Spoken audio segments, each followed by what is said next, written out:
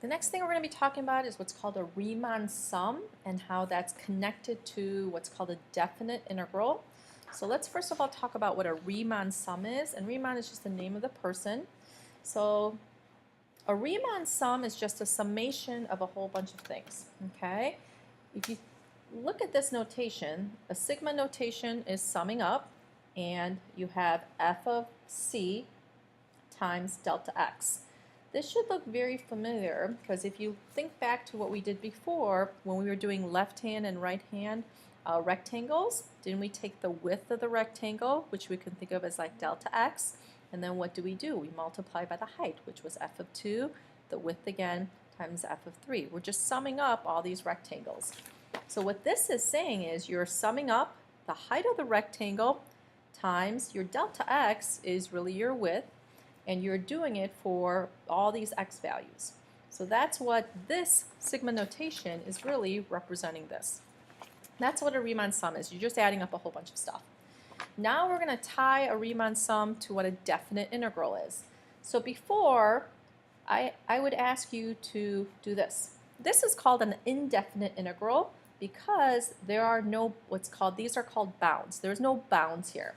Notice here, you have the integral symbol, but then you have what's called bounds. This is why it's called a definite integral. Okay? So this here, this summation is tied to this integral symbol. So before, when we did left-hand and right-hand rectangles, it only gave us an approximation. But if I wanted the exact area underneath the curve, regardless of what the curve looks like, the only way I could do that is actually if I make smaller and smaller rectangles, and if I made an infinite number of rectangles, that would actually give me the exact area on this, underneath this curve. And that is what this integral symbol represents. So I'm going to look at this one. So all of this is this integral symbol.